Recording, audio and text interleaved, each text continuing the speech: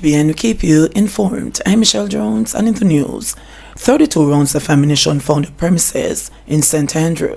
The police on Tuesday seized 32 rounds of ammunition at a premises on Grand Spring Drive in Constant Spring, St. Andrew.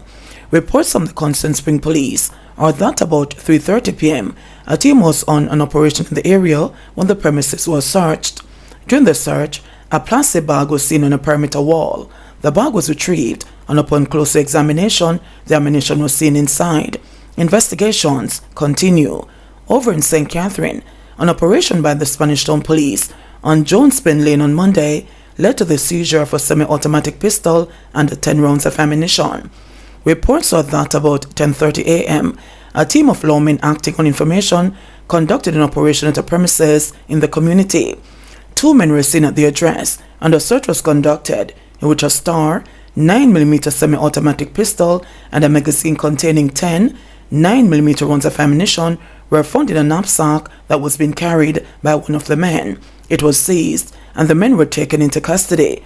Their identities are being withheld pending an investigation. 2 killed in Trelawny crash.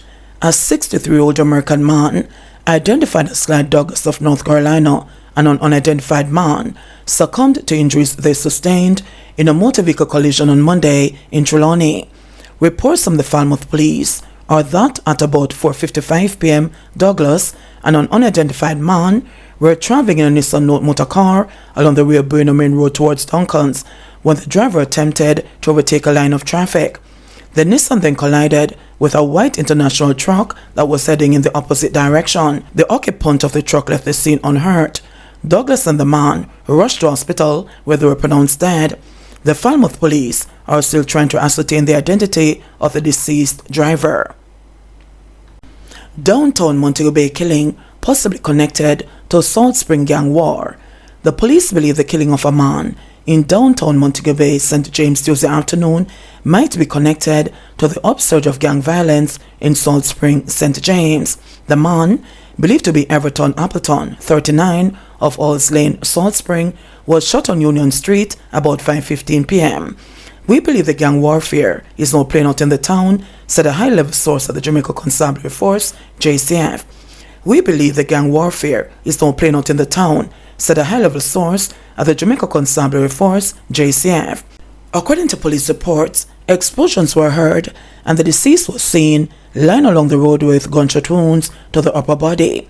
His death follows the killing of 22-year-old Imani Jarrett of Refuge Lane, Flower Hill, and the 30-year-old Odin Smith, otherwise called Pons, also of Flower Hill and Logwood, with in Westmoreland last Thursday. Smith was out on bail in relation to murder charges in Westmoreland, and his common law partner, Jarrett, were taken from a taxi they were traveling in and shot several times by gunmen just outside the Salt Spring Primary School. Both of them died on the spot. The following day, a father and his son of a Flower Hill address were shot allegedly in retaliation. The father died while the son remains in hospital. Contract killer confesses he bought guns from Haiti. The prosecution's key witness in the Everton Beachy Stout McDonald murder trial on Tuesday confessed that he bought firearms from Haiti. An argumentative Denverlin Minot was reluctant to answer questions during cross-examination by defense attorney Vincent Wellesley. When asked about his participation in the trade of illegal firearms, he said, "That is not your business, sir."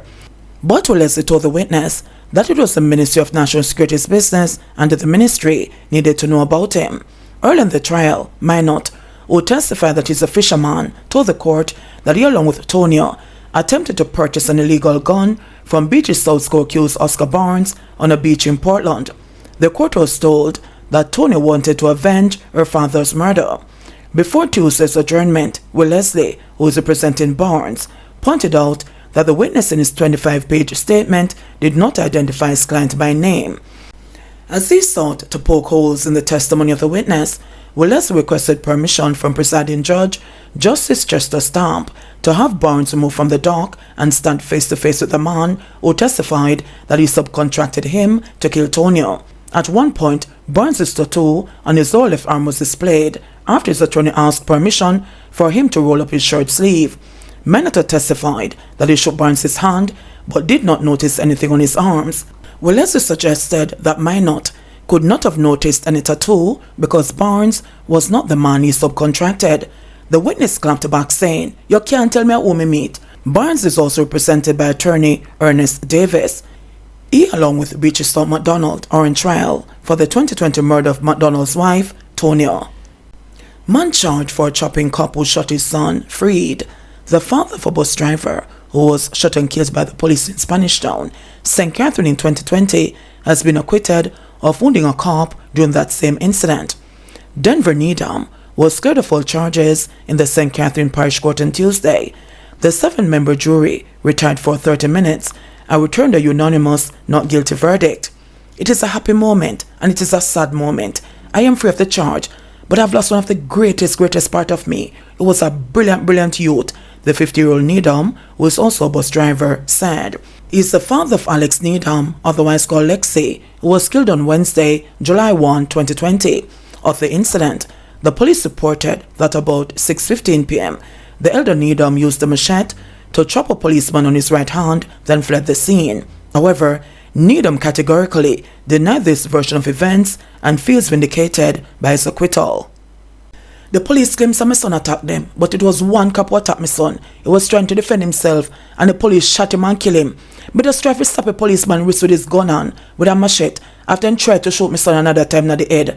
The police fired 3 shots, 2 shots after my son's belly and inside them both, and then the police turned into him chest and shot him right in him chest and killed him on the spot," Needham alleged, labeling the incident traumatic.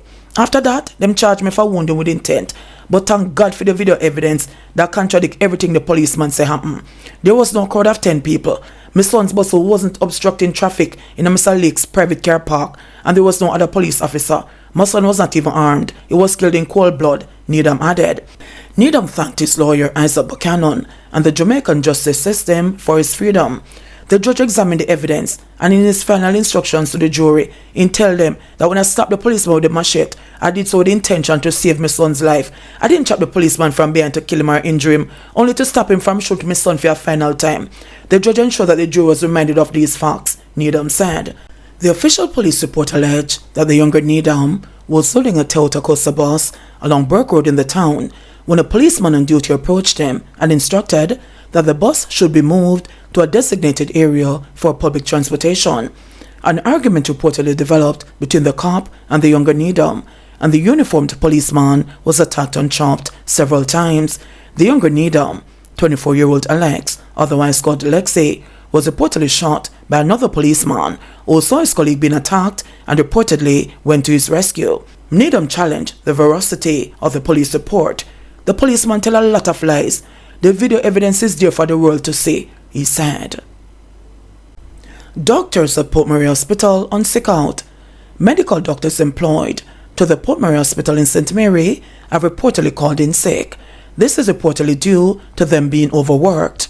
Opposition spokesman on health, Dr. Maurice Guy, said that there is a delay in attending to patients. So I think either 10 or 11, and currently there are only 5 doctors who are on duty. So basically, and the team. So basically, the SMO is the one right now who is running the hospital solely. There are doctors who are awaiting contracts from the government. And you will recall recently, the minister announced that there is going to be an increase in the number of cadre of doctors, that the establishment has been increased by the Ministry of Finance, and that as of 2 weekends ago, that there were supposed to be ads in the newspaper to attract doctors. I know as a fact that doctors have applied prior to this 2 weeks ago and have not been called for interview and are still awaiting jobs. So the fact is that the ministry needs to act with greater alacrity. You cannot afford for the suffering people of this country to continue to suffer more because of ineptitude. Security guard arrested for hitting 2 people with vehicle during dispute. The Clarendon police have detained the security guard following allegations that he used his motor vehicle to hit 2 people during a dispute on the weekend. A 42-year-old farmer and a 29-year-old woman were seriously injured in the incident, which occurred about 12:15 p.m. along the Woodall Main Road in the parish. Investigators said the farmer and the 30-year-old security guard were involved in a dispute which became physical. Members of the community intervened and separated the men, but shortly after, The suspect saw the farmer and the woman walking along the roadway and allegedly drove his grey Toyota Probox at the two. The woman was knocked into a nearby canal and sustained multiple injuries. She has been hospitalized in serious condition. The farmer also sustained injuries. The driver is in hospital under police guard after he sustained injuries during the collision. He is expected to be charged following his release from hospital. JBN will keep you informed. Please remember to subscribe, like, share, leave us a comment, and click the notification bell to receive our daily news items.